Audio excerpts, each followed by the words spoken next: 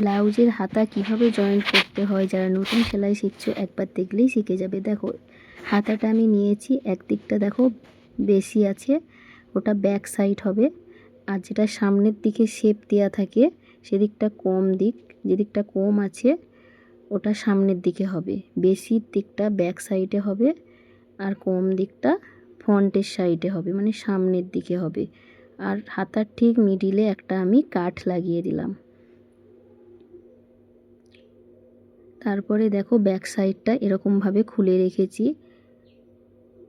তারপরে দেখো যেদিকটাতে কম আছে সামনের দিকে রাখলাম, আর যেদিকটাতে বেশি আছে সেটা ব্যাক সাইডে মানে পিঠের দিকে রাখলাম। দিয়ে এই মিডিলে যে কাঁধের জয়েন্ট আছে সেইখানে আমি পিন দিয়ে আটকে নিলাম। হাতার মিডিলে যে একটা কাট লাগিয়েছিলাম সেটা আর কাঁধের জয়েন্ট একই জায়গায় মিলিয়ে একটা পিন দিয়ে আটকে দিলাম। কেউ চাইলে তোমরা এখান থেকেও হাতাটা লাগাতে পারো, আমি এরকমভাবে লাগাবো না, আমি একদম প্রথম থেকে লাগাবো। দেখো এরকমভাবে মিলিয়ে মিলিয়ে দেখে নেব হাতাটা ছোট বড় আছে কি না, তারপরে আমি সেলাইটা করব। দেখো একদম পারফেক্ট আছে, যেহেতু আমি মাপ করে কেটেছি তাই আমার ছোট বড় হয়নি।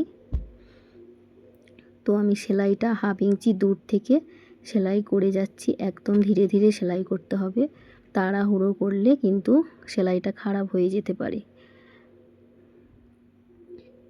আর টানাটানি করা যাবে না, তাহলে ছোট বড় হয়ে যাবে।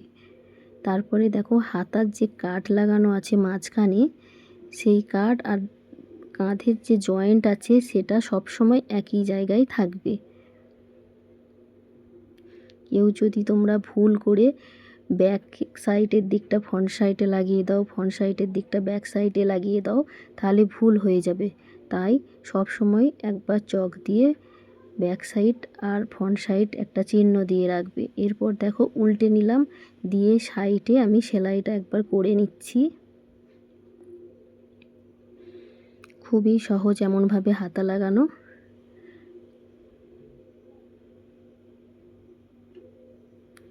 আর এই সাইডটা দেখো প্লাস চিহ্নের মতো থাকবে, যেদিকে আর্ম হোলের একদম যেখানে সাইড ফিটিংস হবে। তো কেমন হয়েছে ভিডিওটা অবশ্যই